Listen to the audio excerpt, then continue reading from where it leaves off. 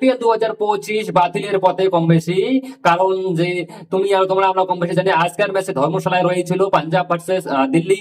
Match ওভারে মাত্র 10 over খেলা হয়েছে এবং পাঞ্জাব এবং দিল্লির মধ্যে ম্যাচ ছিল, বাকি রয়েছে। এবং শোনা যাচ্ছে এক এক করে যে আইপিএল এর সমস্ত ম্যাচে বাতিল হতে চলেছে।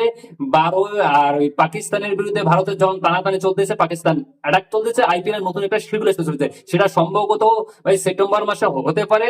আর না হলে এটা কি করতে পারে জানো, এটা ওকে এমনটা করতে পারে যে আমাদের মানে হয়তো গুজরাহাটে তোমার পাঞ্জাবে ম্যাচ হবে না, বাকি ম্যাচগুলো যেমন আছে কলকাতা আছে, এদিকে আমাদের দিল্লি আছে, বোম্বাই আছে, বাকি ম্যাচগুলো এই জায়গায় হতে পারে। তার কারণ দেখো, আমরা যদি দেখি তো পাকিস্তানের থেকে বহুত মানে কাছাকাছি পড়ে তোমাদের পাঞ্জাব পড়ে, রাজস্থান পড়ে, প্লাস তোমাদের এই দুটো জায়গা কিন্তু খুব কাছাকাছি পড়ে, এই জন্য সেখানে ম্যাচ হতে না পারে। দেখো আজকের ম্যাচ কিন্তু পুরোটাই বাতিল করা হয়েছে এই কারণে যে দেখো আমরা কম বয়সে পাকিস্তানের তরফ থেকে পাঞ্জাবে মানে কোথাও কোথাও অ্যাটাক হতে চলেছে। আর যেহেতু স্টেডিয়ামে খেলা, স্টেডিয়ামে তো অনেক লোকজন থাকে, সেই জন্য কিন্তু মানে লাইট টাইট অনেক থাকে, সেই জন্য বলা যায় না যে বাইসেস কারণে কোনো একটা দুর্ঘটনা ঘটে যায়। সেই জন্য কিন্তু আজকের ম্যাচকে বাতিল করে দিয়েছে। খেলা শুধুমাত্র 10 ওভারে 109 রান মতন করেছে পাঞ্জাব, আর ডিসি কোনো রানই করেনি।